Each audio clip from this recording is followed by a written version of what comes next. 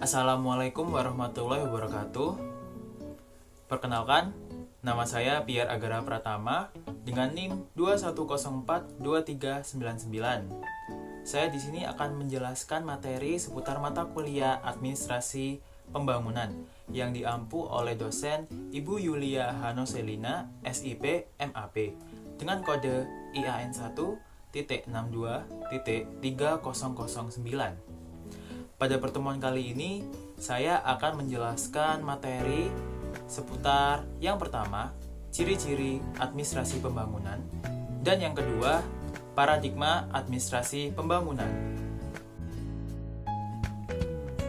Materi pertama yakni ciri-ciri administrasi pembangunan.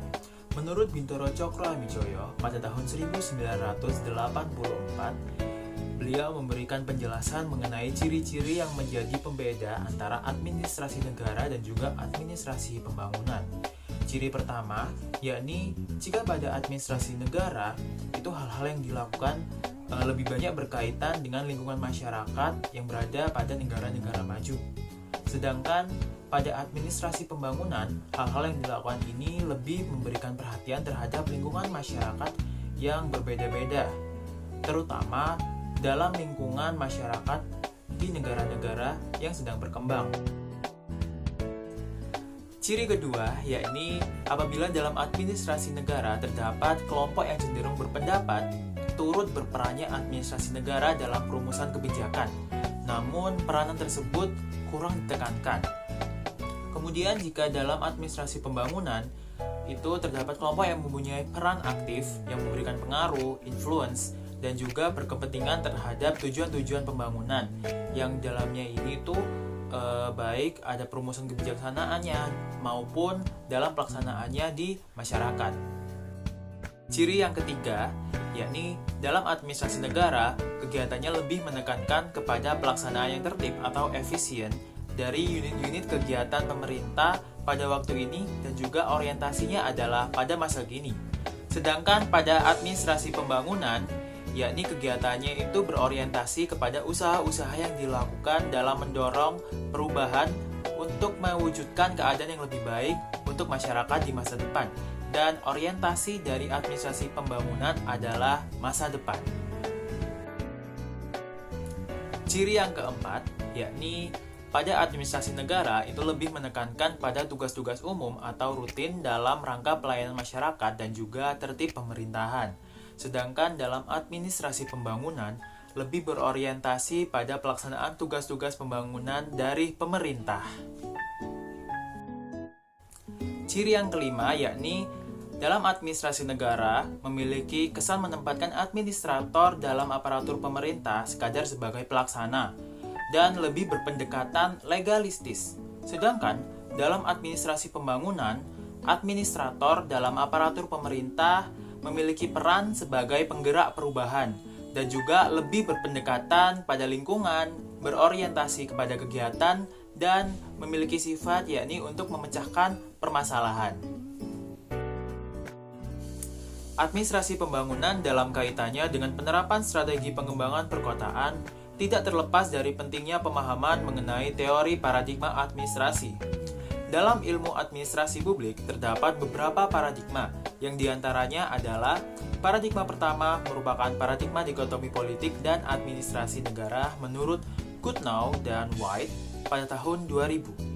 Nah, menurutnya, dalam paradigma ini memiliki fokus yang terbatas, yakni hanya dalam masalah-masalah di suatu organisasi dan juga penyusunan anggaran dalam birokrasi pemerintahan, politik, dan kebijakan yang merupakan substansi dari ilmu politik. Paradigma yang kedua, yakni paradigma prinsip-prinsip administrasi menurut Willock T.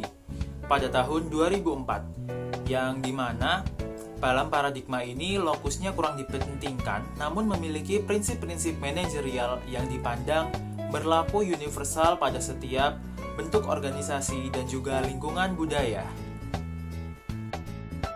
Kemudian paradigma yang ketiga, yakni paradigma administrasi negara sebagai ilmu politik menurut Henry pada tahun 2001, yang dikatakan bahwa dalam paradigma ini, administrasi negara kembali menjadi bagian dari ilmu politik, di mana pelaksanaan prinsip-prinsip administrasi negara dipengaruhi oleh berbagai macam faktor lingkungan, sehingga tidak value free atau tidak bebas nilai.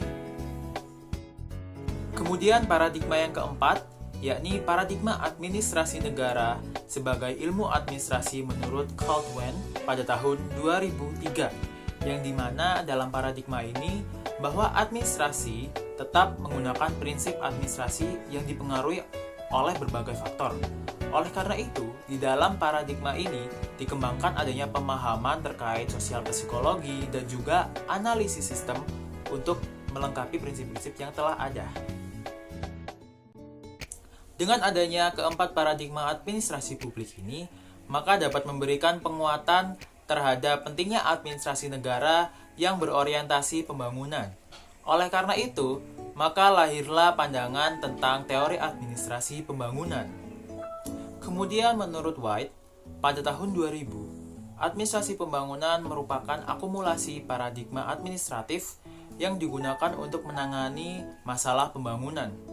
Pembangunan merupakan sebuah proses yang melibatkan aktivitas administrasi secara sadar untuk merencanakan sesuai arah pencapaian dan juga tujuan pembangunan.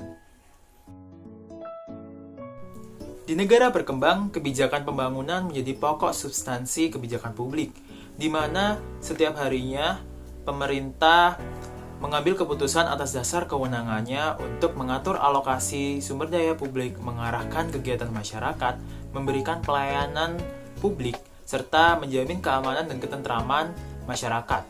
Kegiatan itu dilakukan hampir sama di setiap negara, baik negara maju maupun negara berkembang, meskipun terdapat perbedaan di antara negara-negara tersebut. Di antaranya adalah karena kondisi sosial ekonomi yang berbeda, dan adanya kegiatan pembangunan di negara berkembang yang sebagai kegiatan yang biasa dilakukan oleh pemerintah di negara maju. Sistem administrasi negara yang mampu menyelenggarakan pembangunan menjadi prasyarat bagi keberhasilan pembangunan. Kemudian menurut Grindel dan Thomas pada tahun 1991 mengatakan hal ini berarti administrasi negara mampu menghasilkan kebijakan-kebijakan publik yang baik dan mendorong kepentingan umum, merupakan tantangan yang lebih besar bagi negara yang sedang membangun. Sekian pemaparan materi terkait mata kuliah administrasi pembangunan kali ini. Saya pamit undur diri. Mohon maaf apabila terdapat kesalahan kata dalam penjelasan materi dan terima kasih atas perhatiannya. Sekian. Wassalamualaikum warahmatullahi wabarakatuh.